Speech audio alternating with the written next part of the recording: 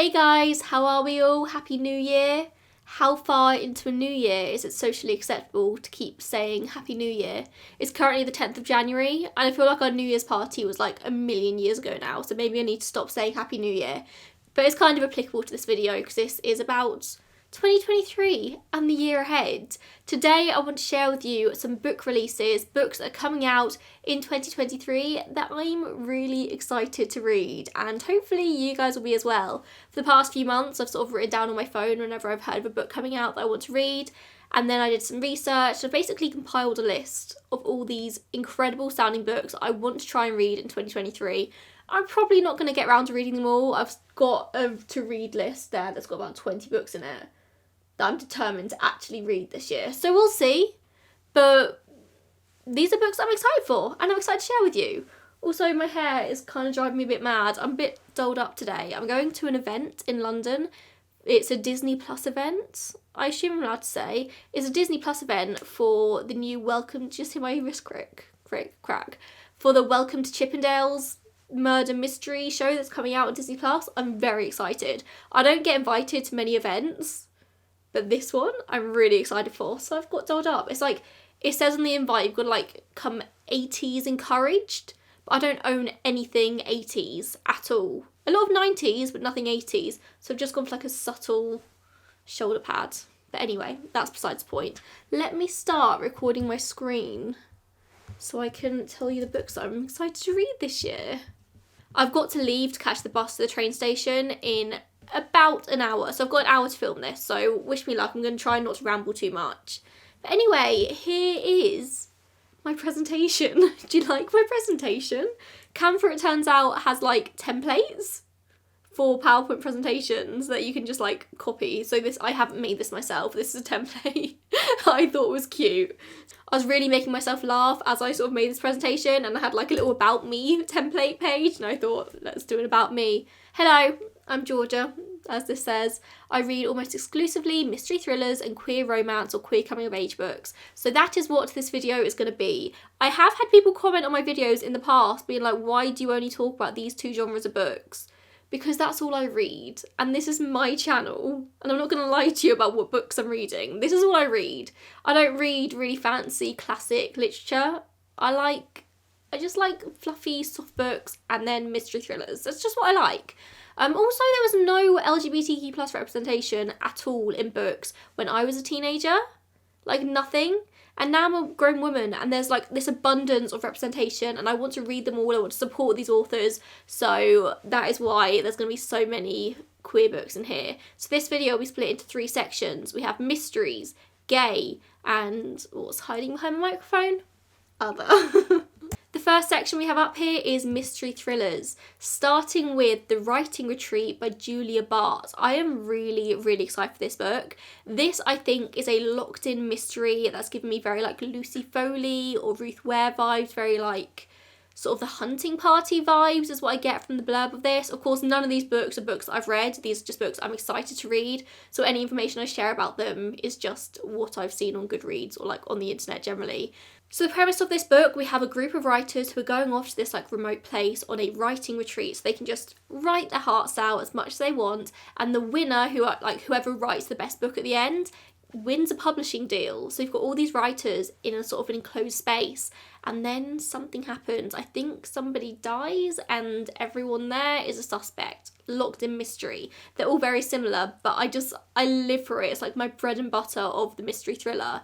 This is a book about books. It's very meta. I love when books are about books. This is out the 21st of February, and tell me if I'm wrong, but I'm pretty sure this is Julia Bartz's debut novel, so I'm very, very, very excited. I don't know what this was. Did you guys know there's going to be a 3rd instalment in Karen McManus's One of Us is Lying series? Because I didn't, but now I do. This is One of Us is Back by Karen McManus. I don't know how many more secrets Bayview can have, but apparently it can still have more. So Karen McManus has written a 3rd book in this series. The 2nd book actually came out probably like 4 years ago now, so maybe a 3rd one is overdue. I think she's probably just sort of like skating on the back of the success of the TV series. I wonder if she's writing more books so they can do more series of All of Us is Lying, I don't know. But I really, really enjoy the series. Karen McManus does really good, solid YA murder mystery, or like just mystery books in general. They're YA, so they're like easy to consume. They're not too heavy. They also have a really good element of mystery. I always really enjoy them. Karen McManus, she's just a good writer. She's good at what she does, and if it ain't broke, don't fix it. So I think this is another copycat murder of like the original murder in One of Us is Lying. It's got a mix of characters' point of views from both the first two books. So I think they're sort of like bringing a mix of the characters together, which is going to be really interesting. And this is out on the 25th of July, so we've got a while to wait. But you know full well I'm going to read this.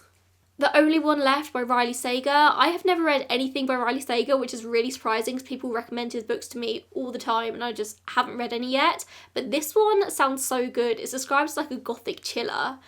This is actually inspired by the Lizzie Borden story. If you have just found me through my book channel, this is actually my second YouTube channel. My main channel is all about true crime and history and mysteries and stuff like that. I do sort of long form essay style content. And I'm really fascinated by the Lizzie Borden story. I did a full video on it last year, I think it was. And Lizzie Borden essentially has been accused over the years of killing her whole family in an axe murder kind of situation. To this day, there's argument as to whether Lizzie was actually innocent or if she was guilty. And Riley Sager has taken a lot of inspiration from that story for the plot of this book. So here we have the Hope family murders. 17-year-old Leonora is assumed to be guilty of them, but there's no evidence. Then it's 1983, Leonora is dying and she wants to tell her aide Kit the truth about what really happened. I am so fascinated to read this. I really, really want to read this one. Like, out of all these books, I want to read them all obviously, but this one is probably near the top of that list. So I might even pre-order this one. But we'll see what happens. This one is now until the 20th of June though. It's One of Us by J.T. Ellison. Can we just take a moment to look at the cover of this book? Like, this is just the same trash cover as every single other psychological mystery thriller thing out there. Like, why do they all have this same sort of like colour scheme? The tone, it's all the same. It's trash. I love it. I live for it. So this is about a couple who are trying and failing to have a baby via IVF. And then one day the police come to their door and they find out that the husband, who's called Park, the husband basically donated sperm many, many years ago, and the child, the now adult, I think, that his sperm created is a suspect in a murder case. And I think the big question in this book, I was about to say video, the big question in this book is whether Olivia and Park can have another baby together, knowing that Park has created a murderer, or has he? We don't know. The reason I'm really excited for this book, I don't think the actual premise sounds super interesting, but I have a feeling this might do a bit more exploration into like DNA and genetic genealogy, maybe, I don't know for sure. I might wait a little bit before actually reading this one to see what all the reviews say. But I have a feeling it could explore that. And if it doesn't explore that, then it's probably missing something. But I've been waiting for a mystery thriller book to sort of explore the world of genetic genealogy. Because as we know, if you follow me on my main channel, so many old cold cases are getting solved through genetic genealogy. And it's a fascinating, fascinating topic to look into. And maybe this could explore it further. I don't know. I'm excited. I Have Some Questions for You by Rebecca Mackay. I am so excited for this book because it's about a podcaster. If you paid any attention to my book woes over the last year, I read Sadie by Courtney Summers like well over a year ago, and I loved that book so much, but I particularly loved how it was told through a podcast essentially, and I've been trying to like recapture that feeling in other books throughout the past year, and I haven't quite found anything else that matches up. So the fact that this is about a podcaster, that's really good for me. I'm very excited for it. But I think this goes a bit deeper than Sadie did. I think it's very much an exploration of true crime and the sort of current phenomenon around it. Although I do argue that the interest in true crime isn't a new thing. Interest in true crime has always been a really big thing. But for some reason at the moment, I think social media is just sort of like compounding that and putting it like to the forefront. But anyway, that's not important here. I think this book really looks sort of like the ethics and morals around true crime and how humanity is consuming it right now, and I'm really excited for that. I love anything that talks about the ethics of true crime. So this is the story of Bodie Kane, who goes back to her old boarding school where a murder happened many decades ago, and she ends up kind of like falling back into the rabbit hole of this murder. And Goodreads says it's an investigation into collective memory and a deeply felt examination of one woman's reckoning with her past. Just everything about this sounds like it's something that I'm going to really, really enjoy, and this is out on the 21st of February. Okay, don't laugh, but I'm really excited for this book. This is Girls and Their Horses by Eliza Jane Brazier. I'm a horse girl, and I'm proud of that fact. Like, I've always been a horse girl. My mum rode for England, like she represented the country in riding. I'd never really had much of a choice. I was always going to be a horse girl, and I am the least horsey in my family. Maybe I'm one of the least horsey in my family, but I'm still a horse girl and I'm proud. And when you grow up in the world of horses, as I have done, you know that there is nobody worse on this planet than horse people, especially horse people with money. I always say there's like two types of horse people in this world. There's horse people who have money, so they have horses, or there's horse people who have horses, so they have no money. And the former group, the people who have horses just because they got money, oh, they're awful. They're awful. Some of the worst people you could possibly meet. And I say that as somebody who's very deeply entrenched in the horse world. Whole family horse riders. My girlfriend's a horse rider. I spend too many weekends at horse shows. Horse shows, you can meet some of the worst people there. And somebody's written a book about it. And it's just, I'm so excited to read this. So this is set in the glamorous competitive world of show jumping, a novel about girls who ride, their cutthroat mothers, and a suspicious death at a horse show. I am so mad that I didn't think of the premise of this book first, because this is just genius. Horse people are the worst. The thought of them committing murder isn't so far out. Like, I have seen mothers with a genuinely murderous look in their eyes after their 15-year-old daughters have knocked a single pole. I've seen it. I've seen it happen. It's not too out there. I'm just excited to read this. This probably isn't for everyone, but I think if you are horsey, you're probably going to really enjoy this. And this is out on the 6th of June, and that's particularly exciting because I have just, as in like last night, booked flights to New York for the 7th of June. So I think I might download this onto my Kindle and read it on the flight, which is very exciting. The next section, which is the mystery and sapphic intersection. So these are mystery books, but they're also gay. So good, so good. Starting with This Delicious Death by Kayla Cottingham. This book is described as a sapphic horror for fans of Jennifer's body. A sapphic horror for fans of Jennifer's body. Like, can we just take a moment to appreciate that? The fact that somebody has sat down and written that book. Just in my brain, you're in my brain. This is also a bit dystopian. It's got sapphic romance, which I love. The premise of this is ridiculous and I love it. It's a murderous pathogen is released into the atmosphere, which causes people to become cannibals, and these cannibals are called like ghouls. But then scientists basically create a fake synthetic human meat, and then the ghouls can eat that instead of eating actual people, and then like peace returns to the world. But these ghouls are very much still outcasts. Like, nobody wants to be friends with the ghouls because, like, you know, they eat people. So here we have 4 best friends, a music festival, and a cooler filled with human organs. I think synthetic human organs, but are they synthetic? From what I can gather, I think somebody accidentally eats real human meat and then like ignites a hunger in them for like real human meat, and they just go around eating people at this music festival. I don't know. I'm really excited for this book. It's also sapphic best friends to lovers with a trans girl love interest. So everything about this, it sounds trash, it sounds amazing. Can't wait to read this. This is out on the 25th of April. She is a Haunting by Trang, Tran. Look at the cover of this book. I mean, can we just look at this cover? This is the most beautiful book cover I think I've ever seen in my life. Actually, there's another book later in this video that might equal it, but like, it's up there. It's beautiful. This is an atmospheric horror, but make it gay. And I must admit, I'm not much of a horror person. I don't really enjoy horror books generally. But if you're sprinkling a bit of gay in there, I could be persuaded. I could be. So this is a story of Jade, who goes back to Vietnam to visit her father. But she's Vietnamese American. She's never felt fully Vietnamese. She's never felt fully American. She's also not straight. And she just feels like she's not really good enough for any situation she puts herself into. But she's going back to Vietnam for the summer to see her dad.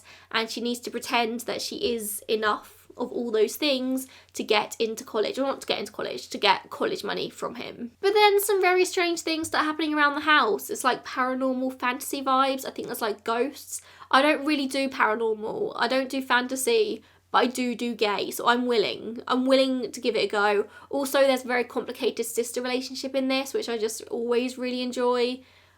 I can't wait to read this one. The ARC reviews on this book are so high. Like, the Goodreads reviews are coming in at like 5-star, like solid 5-star.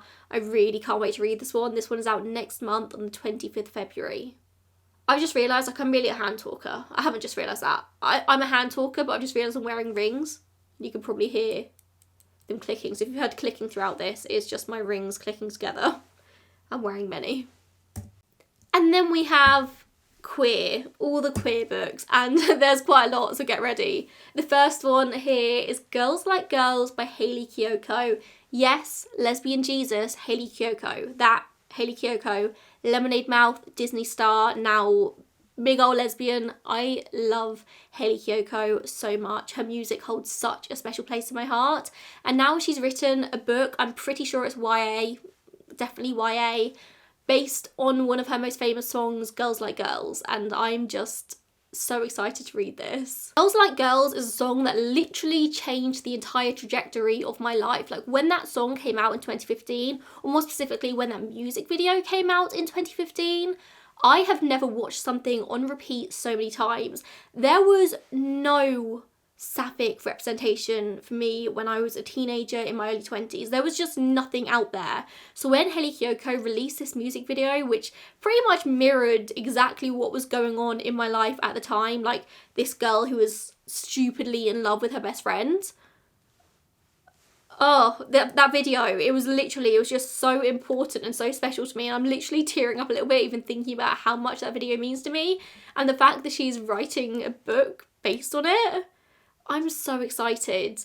The cover of this book, as I've written in my bullet points, is literally the pivotal scene from the music video. It's so smart.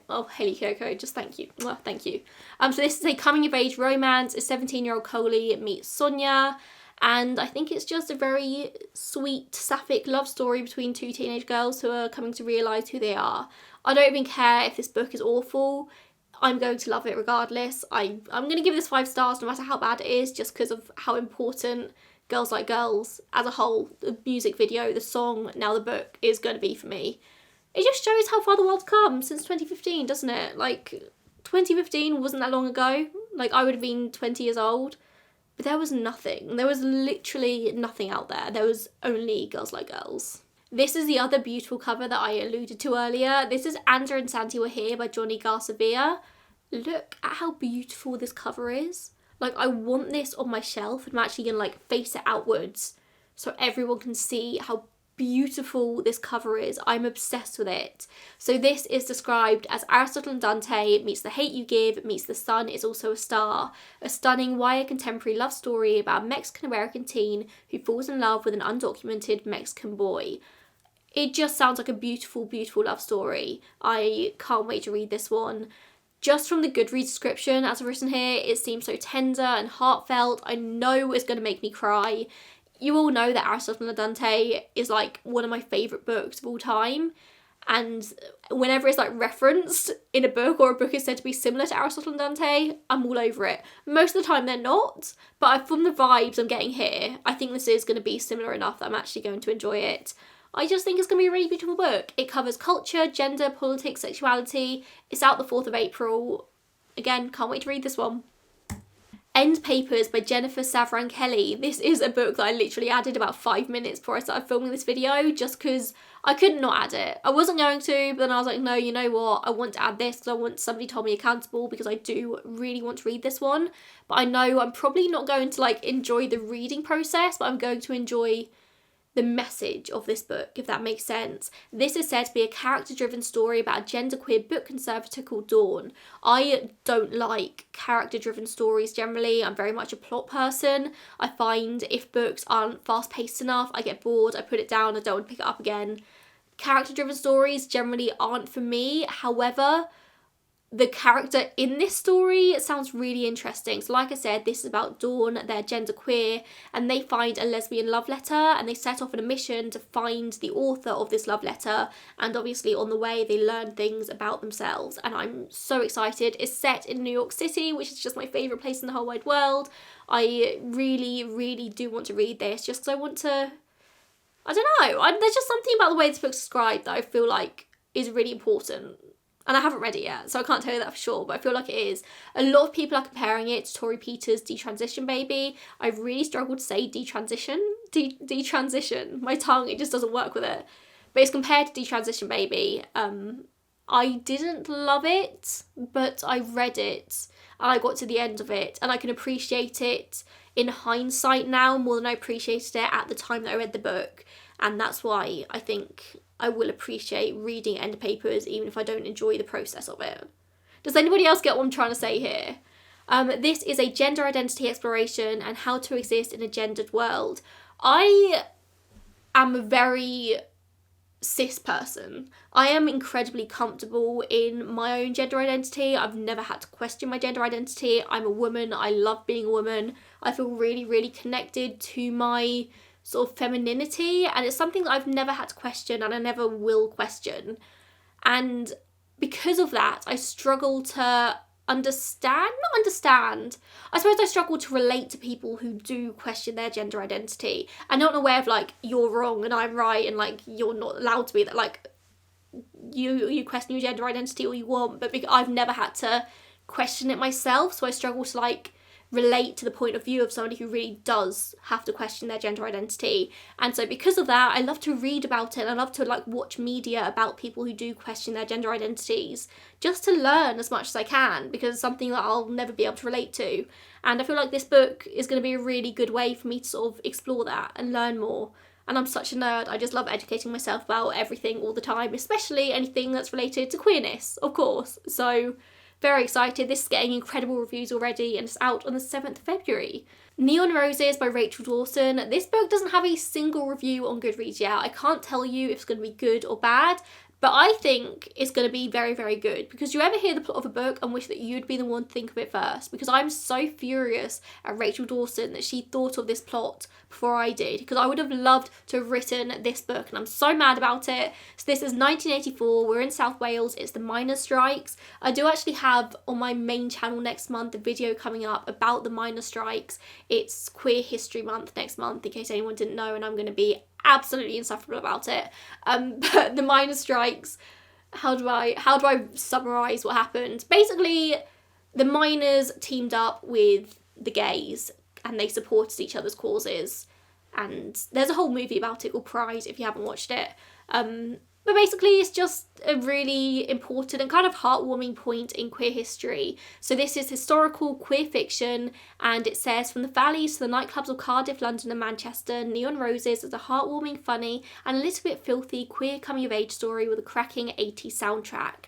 I think from what I can gather, it's the story of a lesbian from London coming to South Wales and meeting a South Wales lesbian from the valleys, and they join together, and it's a love story, but also it's a historical love story, and what is not to love about a historical love story?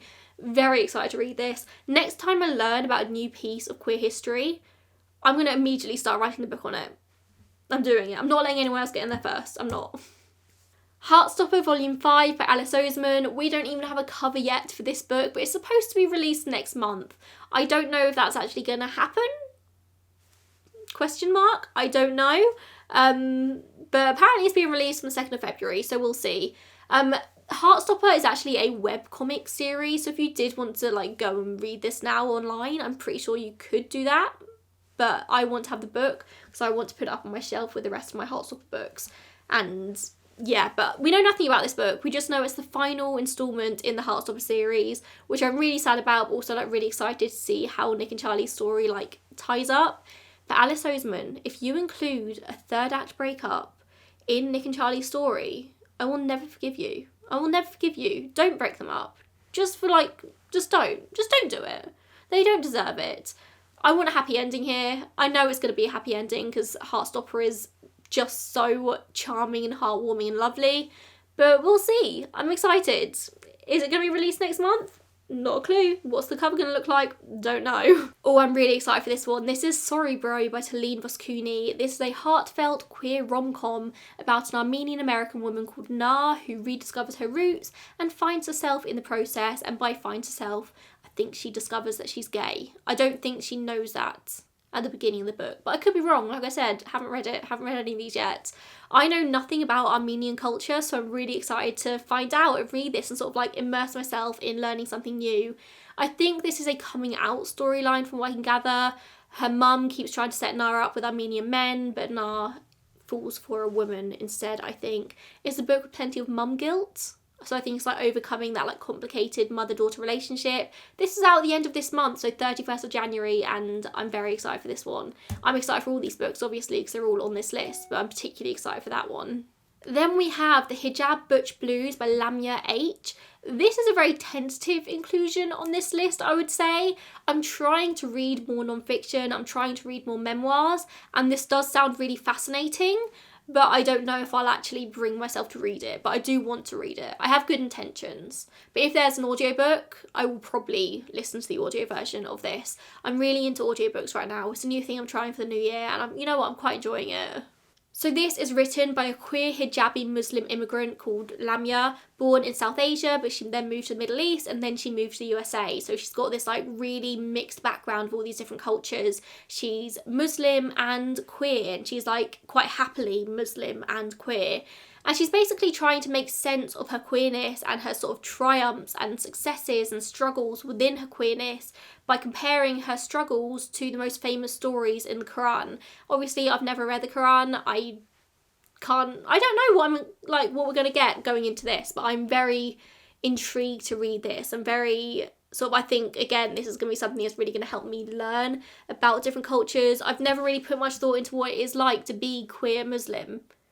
And if I read this, I think I'll have a lot better idea. So I'm very excited for this one. 7th February again. I think there's been a few that have been the 7th February, isn't there? This one I've been really looking forward to for a really long time. This is Pageboy by Elliot Page. This is a coming-of-age memoir written by Hollywood's Elliot Page. We all know Elliot Page. This explores gender, love, mental health, relationships. I am fascinated with Hollywood, but especially Hollywood's relationship with queer people.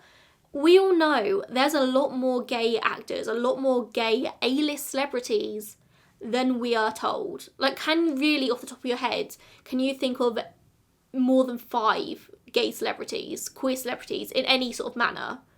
Like, you probably can, but it's hard. They don't, like, roll off your tongue. And there are more. I could go into my own theories, I'm not. But there are definitely more queer, big A-list celebrities than they give us credit for. And it's such a fascinating sort of relationship between Hollywood and queerness. And again, this is something I could actually make a whole video about because it really fascinates me. But why is Hollywood still so against it? We're in 2023 now. Why is Hollywood still sort of quietening people down when they're trying to talk about their queerness? And Elliot Page was incredible because he went out there and he was like, this is who I am and you're going to accept me. And he's really done a lot of really important work by being so vocal and open about the fact that he is trans. I'm really, really hoping this book, as I've written here, will get the I'm Glad My Mum Died treatment. If you haven't read I'm Glad My Mum Died by Jeanette McCurdy, highly recommend it. I just finished the audiobook a few days ago. It is really as good as people are saying. Sorry, my phone keeps going off. But I really hope that this will get the same treatment as that and people will really talk about it a lot. And hopefully through reading it, learn more about the trans experience. Oh my god, I'm so popular. And then we're finally on to And the Rest. These are books that don't fit into either the queer or the mystery thriller categories. So first up we have Family Law by Elizabeth Acevedo. I love, what's the Elizabeth Acevedo book I read called? What is it called? Oh, Clap When You Land by Elizabeth Acevedo. It's incredible. It's written in verse. It's a really beautiful YA book. This is her first adult fiction debut. So this isn't YA, it's adult and it's fiction. So I don't think it's written in verse like her books usually are. But she is such a beautiful, beautiful writer. Her, like, it just feels like poetry, anything she does. And I'm so excited to read this because I know it's really going to transport you into that world that Elizabeth Acevedo is writing about. So this is a story of a Dominican American family told through the different generations of its women. Flor can predict when people die, so she decides to throw herself awake when she's still alive. But does she know more than she's letting on? This story is told in the 3 days sort of leading up to that wake. It has all the different point of views of all these different generations of women, and everyone has their secrets. I can't wait to read this one. Again, Elizabeth Acevedo's writing is so beautiful, so lyrical, so poetic. This is out on the 1st of August. What Happened to Ruthy Ramirez by Claire Jimenez. 13-year-old Ruthy just disappears without a trace one day, and her family search for her for years and years and years, and never any sign of what happened to her. And then 12 years later, her stepsister, no, not stepsister, just regular sister. Her sister spots her on a reality TV show, and she's like convinced that that girl on TV is Ruthy. But is it really her? This I haven't included in sort of the mystery section because this isn't so much of a mystery as it's said to be like a family portrait. You're like learning about all the characters and how they will relate to Ruthy's disappearance, but it's not like a mystery, if that makes sense. It's a family portrait. A vivid family portrait is what the reviews kept saying. A lot of reviewers are saying it's the best book they've ever read. Like, there's multiple reviews saying that on Goodreads. Which is, like, that's a big thing to say, but it could well be. This is a debut novel, though, so if Claire Jimenez is writing the best novel people have ever read, and it's her first book, that's really exciting. This comes out on the 7th of March.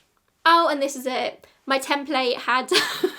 I was really making myself laugh. My template had a Meet My Pets section, so here we go. I thought I'd introduce you to my pets. This is me and Rhubarb. She loves cuddles. She loves them.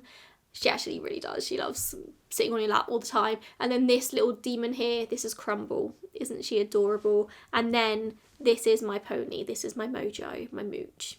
He's very muddy all the time and I love him. But that's it. Thank you so much for tuning in today. I feel like I have spoken about 100 miles an hour, but I need to get this train on time. I say like there's not a train to Paddington every 5 minutes, but I've got a very tightly packed schedule for this afternoon. So, thank you for watching. Please tell me if you're excited to read any of these books, or if there's any books that you know are coming out this year that you're excited to read. Tell me. Tell me them all. I'll add them all to my Goodreads list. Thanks for watching, and I will see you in the next one. Bye, guys.